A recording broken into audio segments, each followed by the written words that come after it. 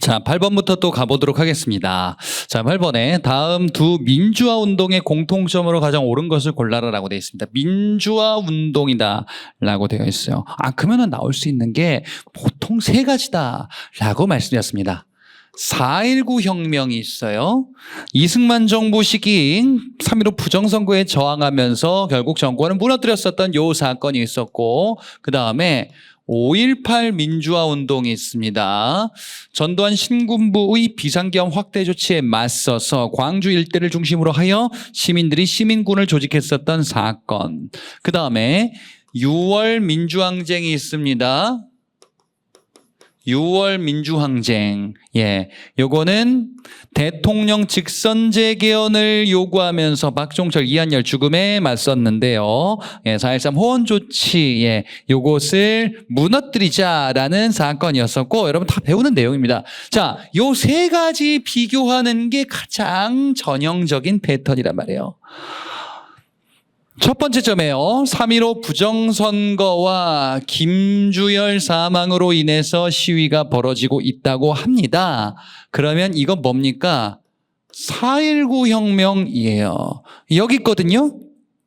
3.15 부정선거를 배경으로, 그리고 항의하던 학생 김주열이 죽었다. 그래서 벌어진 게 학생들이 주도했었던 4.19 혁명.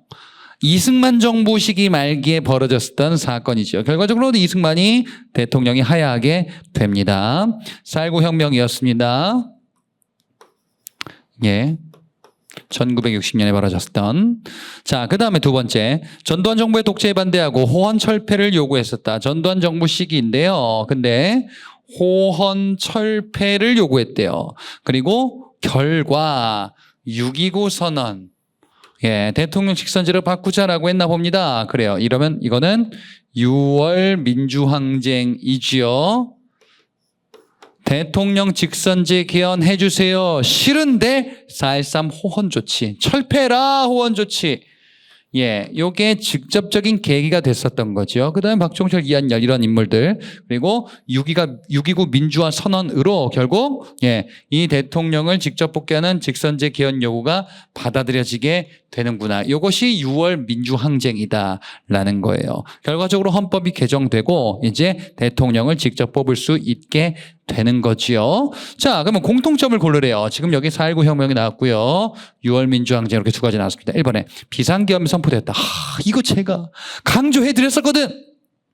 이런 비상계엄을 우리가 겪었기 때문에 이거 참 21세기에 겪을지 상상도 못했는데, 어쨌든 간에 비상계엄과 관련해서 조심하셔야 된다. 뭘요?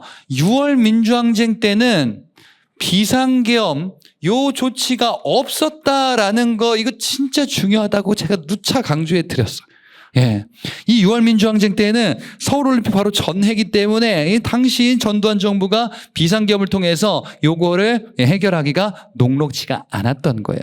그리고 비상계엄이 우리가 최근에 겪었기 때문에 이와 관련한 내용이 시험에서 나올 가능성이 굉장히 높다. 어떤 형태건 간에. 그거예요. 아닌 거지, 공통적으로. 2번에 유신체제 아닙니다. 유신체제는 박정희 정부 유신체제이고요. 그 이전에 이승만 정부, 그 다음에 이후에 전두환 정부입니다. 틀렸어요. 3번에 헌법 개정으로 이어졌다. 그래요.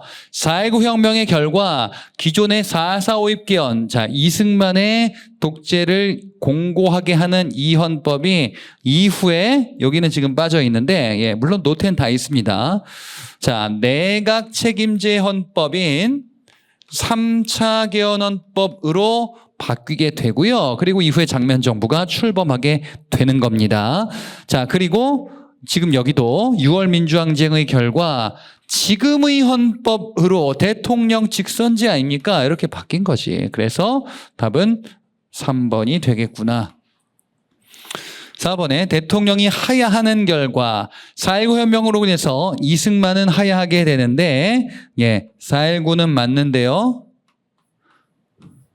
6월 민주항쟁은 전두환이 하야하는 게 아니에요. 전두환 임기를 다 마치고 물러납니다. 물론 나중에 이제 재판장으로 끌려가긴 하나 예, 그건 이후 얘기고 어쨌든 당시에는 전두환이 하야하진 않습니다.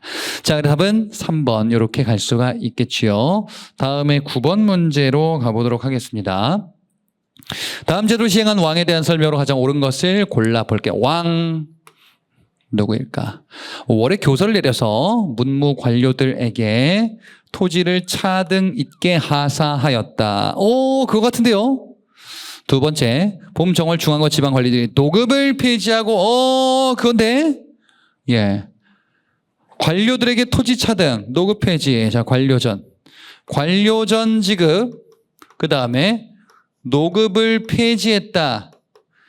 요거 순서로도 보시라라고도 말씀드렸었어요. 어쨌든 이 두 가지 내용은 자, 왕권을 강화시키고자 하는 통일신라 신문왕 때의 아주 기초적이고 필수적인 업적입니다. 알아두셔야 되는.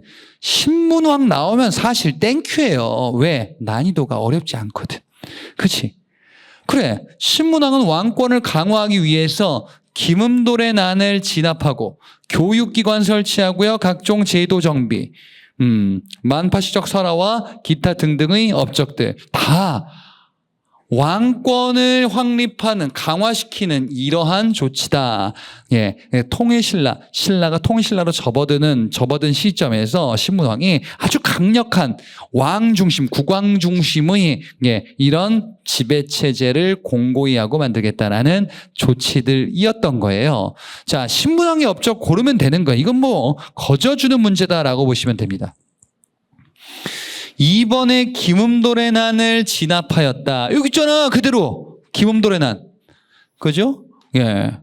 왕한테 개기는 존재는 누구나 처형이다. 김음돌은 신문왕의 장인어른이었었어요. 예. 그래서 이렇게 강력하게 통제하겠다라는 조치였던 거지요. 자, 2번 고르는 건 어렵지 않고요. 1번에 삼국통일 완성은 요거는 신문왕의 아버지죠. 문무왕입니다. 문무왕 때 신라가 삼국통일을 완성하는구나. 3번에 단양적성비를 세웠다. 단양신라적성비. 이거는 뭐 비석 관련해가지고 이거 진흥왕 때. 통일 이전이죠. 신라진흥왕 때 단양적성비 말고도 이제 막 순수비 붙는 거 4개 있었어요. 이런 각종 정복 활동을 통해서 비석을 신라에 세우게 되는구나. 4번에 국정총괄하는 상대 등을 두었다. 이거는 법흥왕식입니다. 이것도 통일 이전이에요. 어쨌든 지금 신문왕의 왕권 강화 정책을 고르는 아주 기초적인 문제고 이건 틀리면 안 됐던 문제예요. 10번 문제 보도록 하겠습니다. 자, 다음 밑에 주신 이 기구와 관련된 내용으로 가장 옳은 것을 골라보자 라고 되어 있습니다. 이 기구요. 이거 어디서 본 것 같은데? 이거는 이것도 틀리면 안 돼. 왜? 이건 사료를 기초 사료예요. 아주 많이 봤었던. 여러분 공부했으면 이거 당연히 다 보는 사료예요. 이 기구에서 모두 다른데요. 의정부는 한갓 이름뿐이고 끄면은 지위가 나눠졌다. 육조는 할 일을 모두 빼앗기고 육조도 마찬가지다. 의정부와 육조의 기능이 약화됐어요. 그 다음에 어디로 가는 거예요? 이 기구로 가나 봅니다. 근데 이름은 변방 방비를 위해서 국방적인 목적에서 만들어졌던 것 같은데, 근데 말이야 과거 왕 후궁관택 이런 국방 관련 없는 것까지도 지금 이렇게 다루고 있구나라는 겁니다. 자, 조선시대 정치기구 의정부 육조의 기능을 대체했었던 조선 후기 때 바로 비변사. 자, 비변사. 그래서 뭐예요? 의정부 육조 중심의 행정체계가 붕괴되고서 약화되는 겁니다. 그리고 조선 후기 때는 비변사라는 기구로 권력이 강화되는구나. 이 비변사는요, 삼포회라는 계기로 조선 중기 때, 중종 때 임시회의기구로, 즉 국방적인 목적으로 설치된 거예요. 그랬다가 을묘해변 이후에 상설기구가 된 거고, 임진왜란 이후 조선 후기로 접어들면서 이제 최고 정무기구로서 발전해 나간다. 이게 비변사죠. 그래요. 비변사 관련해서 가장 옳은 것을 골라주시면요. 3번부터 볼게요. 삼포회란 이후 임시기구로 설치되었다. 자, 비변사가 언제 처음 설치되고 상설화되고 최고 권력 기구화되는지, 삼포회란, 을묘해변, 임진왜란 이렇게 봤잖아. 삼포회란 계기로 처음 설치되고요. 을묘해변으로 상설기구가 되고 임진왜란 이후에 최고 권력기구가 되는구나. 자, 그러니까 3번이 답인 거죠. 그래. 요 포인트. 비변사 관련해서 각각 어떻게 점점 그 지위가 확대되어 가는지, 예, 요 내용들을 살펴보셔야 된다라고 말씀을 드렸었습니다. 자, 1번에 3사 관리의 추천권을 가지고 있었다라고 되어 있는데요. 자, 요거는 3사 관리 추천권이요. 예. 바로, 2조 전랑이라는 관직에 해당하는 내용입니다. 붕당 정치에서 이 요직을 차지해야 우리 당파가 세력을 확대시킬 수 있다라는 그 권한 3사 관리 추천권입니다. 자, 3번, 2번에 사헌부 홍문관과 함께 3사로 불렸다. 조선의 3사다라고 하면은 사헌부 홍문관 하나 더 있죠? 사간원. 그래서 일종의 언론 기능으로, 예, 언론 기구로서 기능을 한다라고 볼 수 있겠어요. 4번에 서울 신학자들이 검서관에 등록된 조선 후기 정조 때 설치된 규장각 얘기입니다. 예, 그래서 오답도 한번 써보자면요. 1번의 내용은 2조 전랑이라는 관직, 2번은 사간원, 3사 중에 하나죠. 그 다음에 4번의 정조 때 규장각이구나. 자, 답은 그래서 3번 이 기구는 뭐다? 비변사다. 조선 후기와 관련한 정치 제도의 변화 얘기였습니다. 11번 문제입니다. 다음 자료 관련 있는 나라에 대한 설명으로 가장 옳은 것을 골라보자 라고 되어 있습니다. 자, 이 나라가 무엇일까? 이것도 뭐 다 아는 거예요. 다 아는 거야. 뭘요? 죽인 자는 즉시 죽이고 남에게 상처를 입히면 공물로서 배상하고요. 도둑질한 자면은 노비로 삼는다. 용서받으려면은 이렇게 해가지고 돈을 내도록 한대요. 부인들은, 즉 여성들은 신의가 있어 음란하지 않은데. 오호, 이거잖아. 고조선의 8조법입니다. 사람을 죽이면 사형, 살인죄. 다치게 하면은 공물배상. 남의 물건 훔치면은 노비로 삼거나 50만 전을 내도록 한다. 용서받으려면. 그 다음에 여성의 정조를 강조하고 있어요. 가부장적인 사회 풍습이 있겠구나. 자, 고조선의 8조법입니다. 나라. 고조선이에요. 고조선에 이런 정치 제도가 있었구나라는 거지요. 자, 그러면 고조선 말고 다른 국가와 비교해야 되겠지. 이것도 많이 연습했어요. 고조선 우리 최초 국가인데 그 이후에 부여, 고구려, 옥저, 동해, 삼한과 같은 여러 나라들이 출현하게 된다. 이 국가들 비교하는 고조선과 함께, 예, 나라 구분 문제 패턴을 여러분들이 많이 보셨습니다. 1번에 국가 중대사는 제가회의에서 논의하였다. 이거는 고구려 얘기예요. 이거는 그러니까 그냥 외우는 거예요. 나라 구분하는 거야. 뭐 외우면은 어려울 게 하나도 없습니다. 2번에 가축의 일담 제가가 별도로 사출도를 다스렸다. 부여입니다. 부여라는 또 다른 초기 국가. 3번에 음락 함부로 침범하면 노비와 소 말로 배상했다. 이거는 책화라고 하는데요. 예, 이거는 동예라는 국가의 풍습이죠. 4번이 정답이네요. 중국과 한반도 남부 사이에 중개무역으로 이익을 취했다. 자, 요거는 고조선에서 여기서 봤었어요. 위만이라는 사람이 고조선에 망명한 이후에, 예, 세력이 점점 확대되면서 지도로도 봤었는데요. 한반도가 있고 이렇게 중국이 있으면은 중국 일대와 한반도 남부 일대를 연결하는 고조선이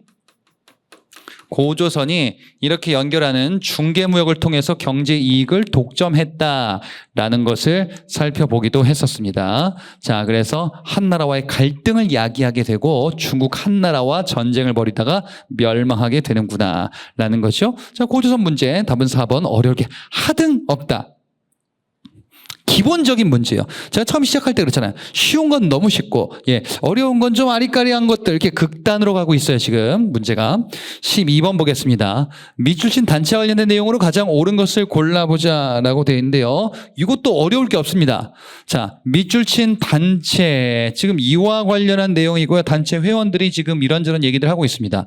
시작부터 답이 나와버렸어요. 백정 박성춘이 저는 대안에서 천한 사람입니다. 그런데 나라 사랑하는 마음은 알고 있습니다. 관리와 백성 이렇게 많이 봤죠. 관민. 그죠? 예. 그래서 우리 힘을 모읍시다 라고 이야기를 하고 있습니다. 그리고 6개의 조항 만민에게 돌려. 요거는 헌의 6조일 거예요. 어떻게 알았습니까? 자, 독립협회 얘기인데요. 독립협회 지금 연설하고 있습니다. 이 사람이요?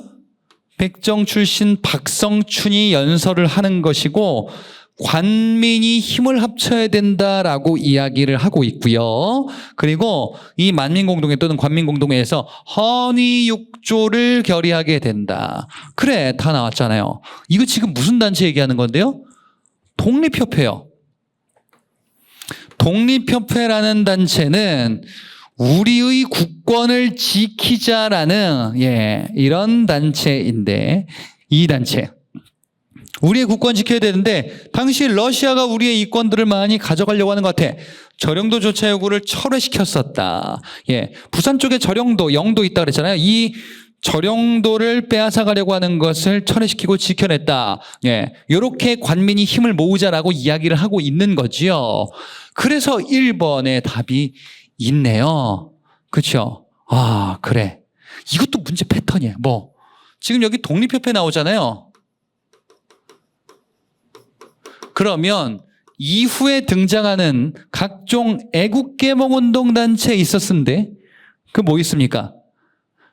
독립협회 이후에 등장하는 우리의 국권을 지키기 위해서 활약하는 애국개몽운동단체로서 4가지를 봤었습니다.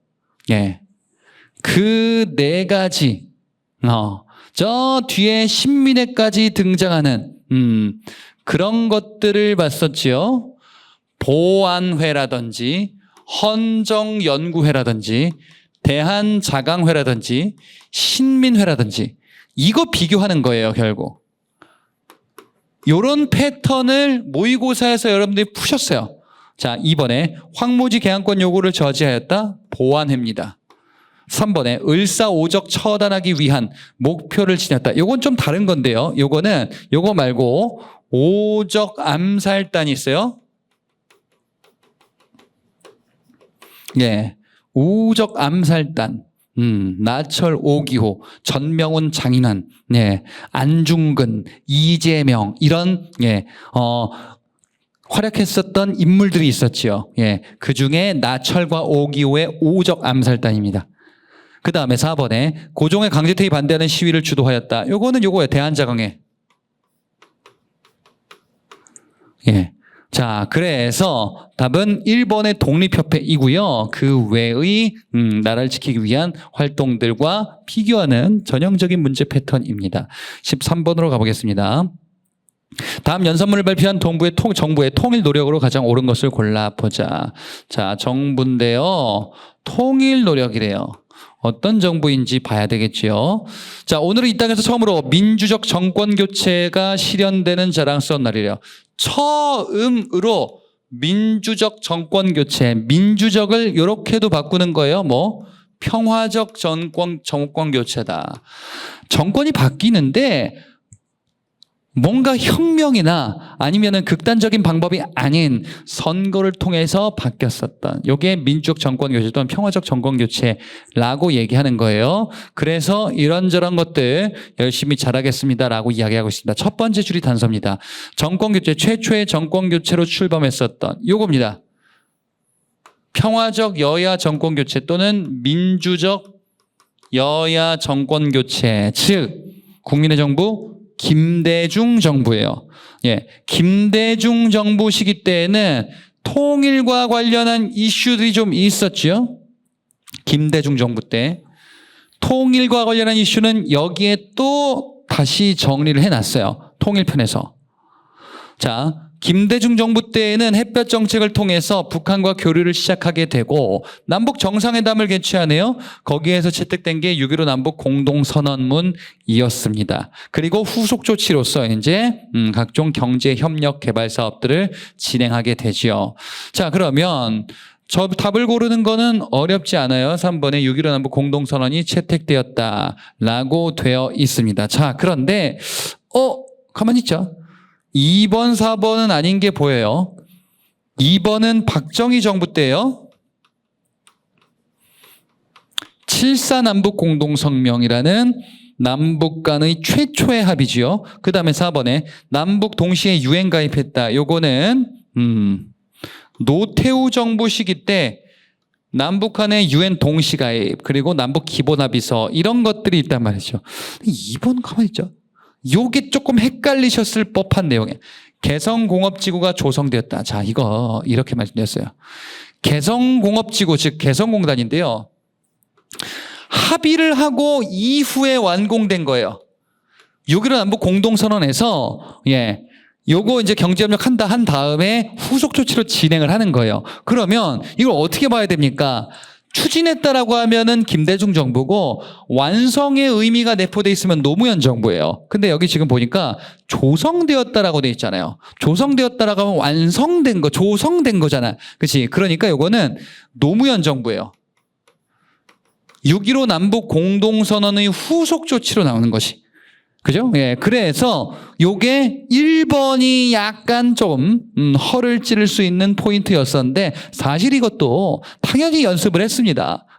그래서 김대중부의 내용을 고를 수가 있겠지요. 다음 문제 14번입니다.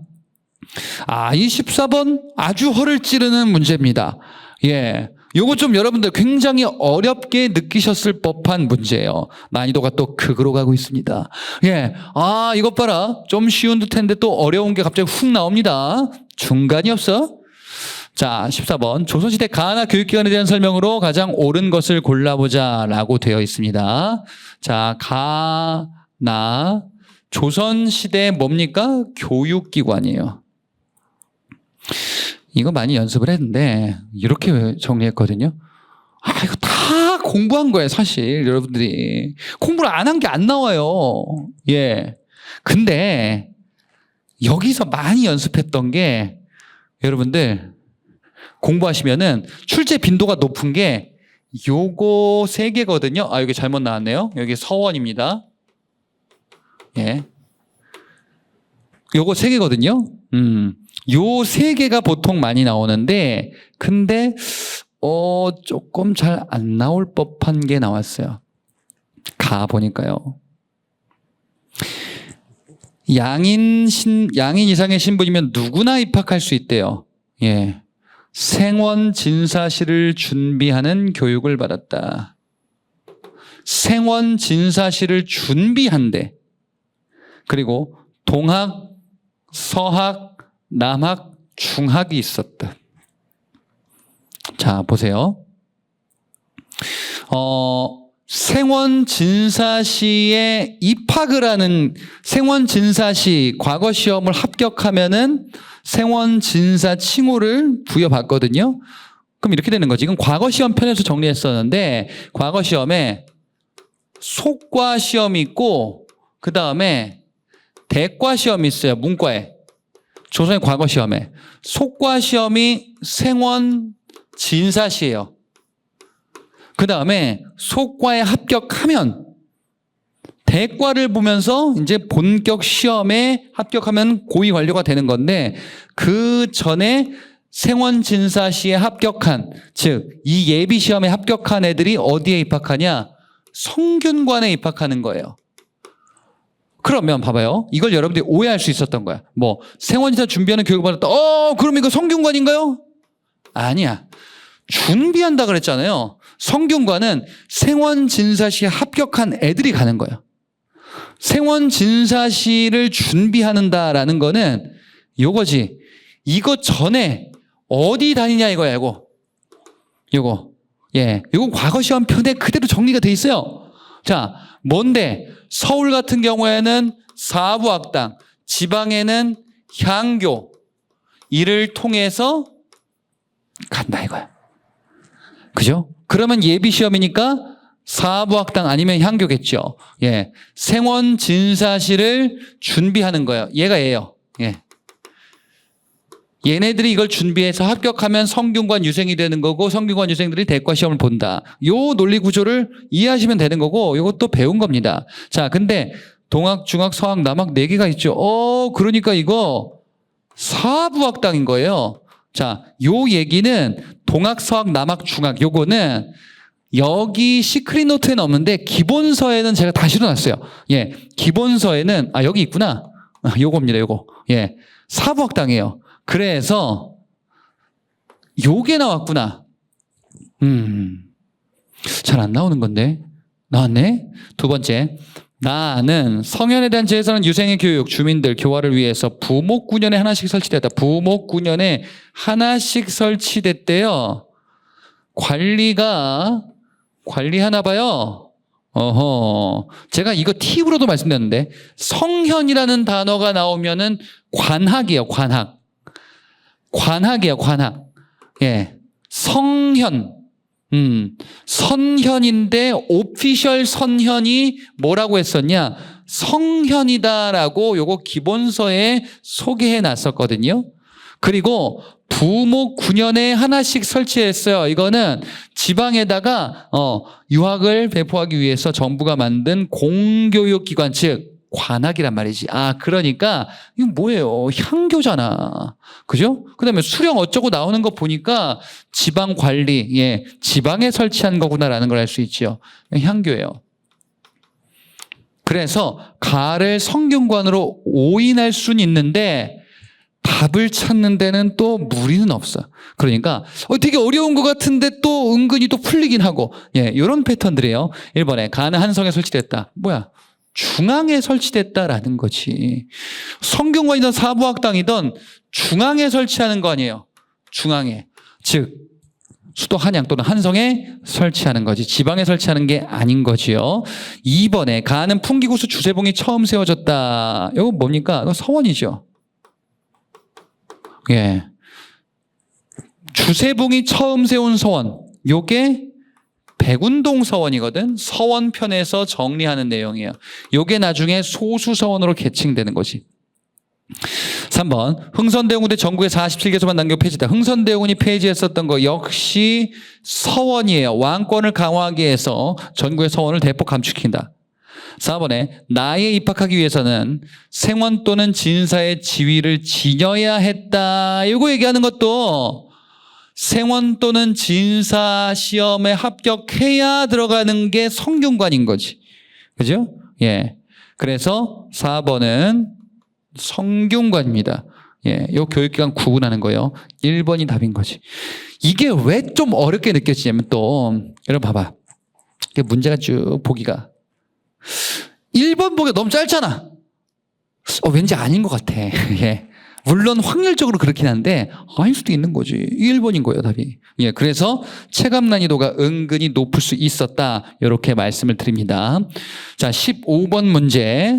밀출친 대책에 해당하는 내용으로 옳은 것을 보기 위해서 골라보자.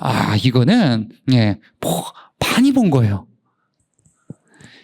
양역의 여기에요. 절반으로 감하라. 줄여라. 그래요? 결포, 호포 어쩌고. 호포나 결포가 모두 문제가 있다. 한 필은 감하는 대책. 뭐죠? 두 필에서 한 필로 군역의 부담으로 부과했었던 군포 부담, 포를 두 필에서 한 필로 군역, 몸으로 떼운 세금, 이것을 포로 걷는 것이 1년에 두 필이었다가 한 필로 감해 준 거지. 자, 이건 뭐 많이 본 거예요. 영조 때 시행됐던 균역법이다. 영조도 중요하고 영조 업적을 물어볼 때, 그 다음에 균역법의 내용을 물어볼 수 있겠다. 호포던 결포던 어떻게 할 건지, 그냥 두 필에서 한 필로 감해라 라는 제도로 바뀐 거죠. 자, 그리고 이와 관련해서 군포 부담을 줄여줬으니까 부족분을 보충하기 위해서 정부는 재정 보충책을 시행하게 되니 이런 게 있었고 요거 알아둬야 되는 거 있죠. 그죠? 예. 그래. 이건 뭐 기본적인 내용이에요. 선무 군관포. 어염선세. 여기 있잖아. 선무군관포, 어염선세. 뭐 그대로 다 있네. 이런 걸 틀리면 안 되는 거죠. 그죠? 나머지를 보자. 기억에 원납전을 징수했다. 이거는 흥선대원군 집권 시기 때 경복궁 중건사업에 원납전을 발행해서 재정을 확충시키고자 했었다. 당백전을 발행해서 마찬가지로 이런 경복궁 중건사업에 재원을 마련하고자 했다라고 나옵니다. 그래서 삼정이정청을 설치다. 이건 어디서 나왔었냐면요. 세도정치 시기 임술농민봉기에 대한 후속 조치로서 삼정이정청 설치를 박 교수가 건의해서 시행했다라는 데에서 등장합니다. 자, 그래서 니은 관리 12가지로 보시면 되겠죠. 다음 문제 16번이에요. 미조진 이 나라에 대한 설명으로 가장 옳은 것을 골라보죠. 이것도 쉬운 것 같았는데 띠용 이게 뭐지? 싶은 내용입니다. 자, 다음 미주신 이 나라에 대한 설명으로 옳은 것을 골라보자. 어떤 나라인가? 정부가 이 나라와 통상조약을 체결하려고 하자. 즉, 이 나라와 조약한대, 체결한대.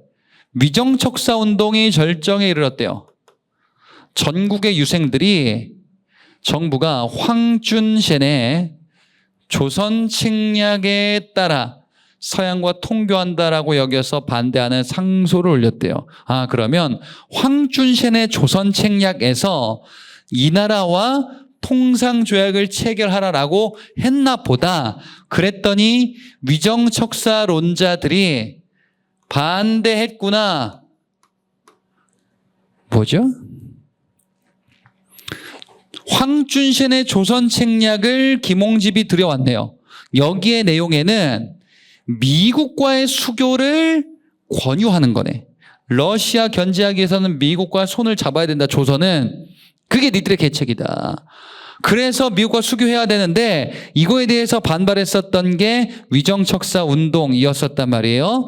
자, 1880년대 위정척사 운동 관련해서 이렇게 정리되어 있는 내용이 뒤에 있고요. 어쨌든 여기서는 미국과 수교 얘기예요. 조미소 통상조약이 체결된 우리가 서양과 맺은 최초의 통상조약이다라고 볼 수 있습니다. 자, 따라서 이 나라는 미국이에요. 1번의 운요 사건 일으켜서 강화도 조약을 체결하게 됐었던 일본.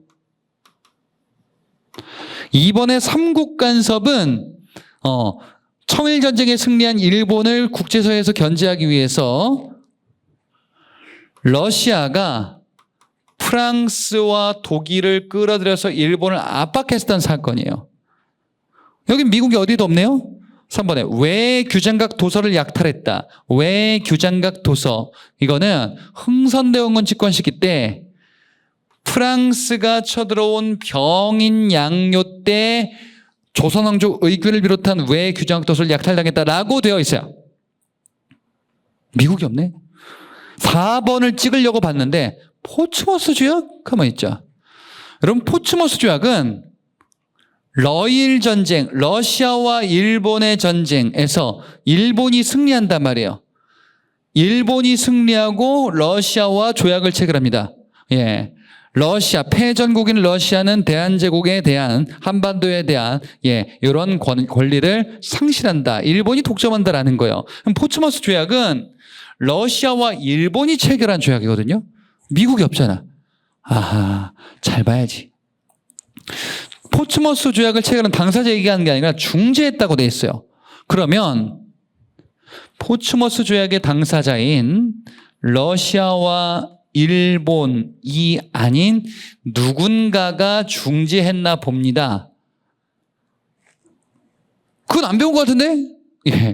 그거는 굳이 언급하는 내용은 사실 아니에요. 그럼 뭐 하면 돼? 소거하면 되잖아요. 1, 2, 3번 아니고 4번은 가면 있죠. 러시아, 일본 얘기가 아니라 다른 나라인가 잘 모르겠는데 찍으면 되는 거야. 미국이 중재합니다. 이거는 미국이 포츠머스 조약을 중재했다는 거는 진짜 중요한 포인트까지는 아니야. 다만 소거법으로 풀어야 되는 거예요.